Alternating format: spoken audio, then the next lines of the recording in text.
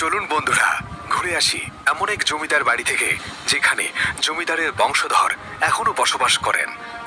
খ্যাতি এবং সম্মান ঠিক আগেকার মতো। হয়তো সে আগেকার জৌলুস নেই, কিন্তু রয়ে গেছে কতকটা।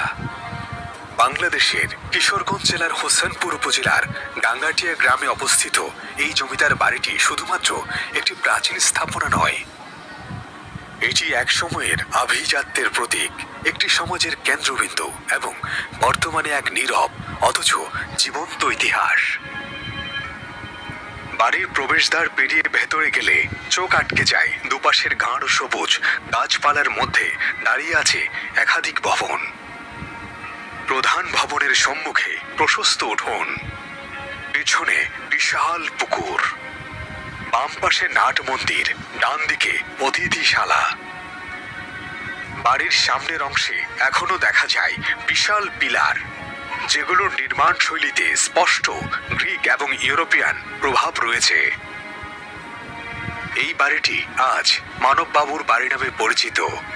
মানবেন্দ্রনাথ চক্রবর্তী চৌধুরী, যিনি এই জমিদার পরিবারের জীবন্ত উত্তরসূরি।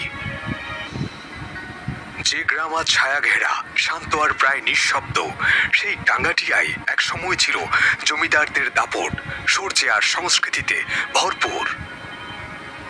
বাড়ির প্রতিটি করিডোরে প্রতিধ্বনিত হতো আলোচনা, বিতর্ক, গান বাজনার শব্দ।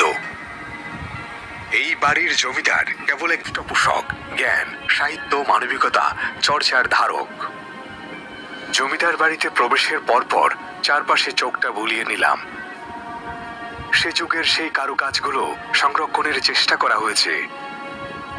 জমিদারের সেই সময়ে ব্যবহৃত থালা, যেটা ব্যবহার হতো পূজা পার্বণে খাবার পরিবেশনের জন্য। শত শত বছর পূর্বের মানুষের হাতের ছোঁয়া লেগে আছে এই থালায়। সে সময়কার চেয়ার, আকারে কিছুটা বড়, ছাদের সেই অলঙ্করণ এখন কেবল সংরক্ষণ করা হয়েছে। সে সময় না জানি কত সুন্দর লাগতো। শত শত বছরের পুরনো আসবাব। এই জমিদার বাড়ির বংশধর যিনি আছেন, যে এখনো এই জমিদার বাড়ির যে পুরনো রেওয়াজ, সেই রেওয়াজ অনুযায়ী এখনো গান হয় প্রতি সন্ধ্যায়। এখানে গানের আসর বসে, গানের জলসা বসে, সেই গানের জলসায় ওনারা পার্টিসিপেট করেন। এখনো সেই রেওয়াজ ধরে রাখা হয়েছে। এই বাড়িটির অবস্থান কৌশলগতভাবে গুরুত্বপূর্ণ ছিল। পাশে প্রবাহিত নদী, উর্বর জমি এবং একাধিক গ্রাম ঘেরা একটি অঞ্চলের কেন্দ্রস্থলে দাঁড়িয়ে থাকা এক প্রাসাদ এক অর্থে রাজনৈতিক ও সামাজিক ক্ষমতার প্রতীক ছিল। এই জমিদার বাড়িটি অষ্টাদশ শতকের গ্রিক স্থাপত্যকলা অনুযায়ী নির্মিত। কারুকার্যময় বাড়িটিতে রয়েছে কাচারি ঘর, নহবতখানা, দরবার গৃহ ও মন্দির।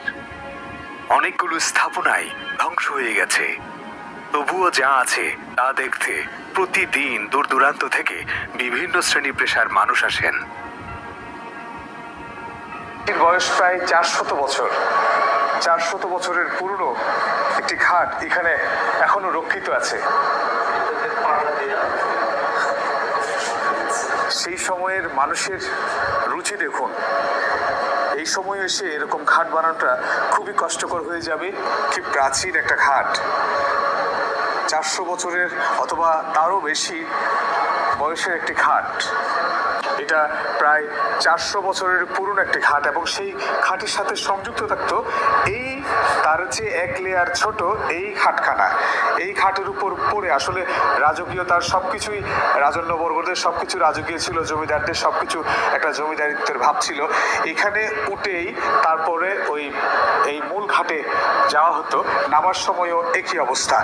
এই সেই পাশাপাশি সংযুক্তকারী ঘাট।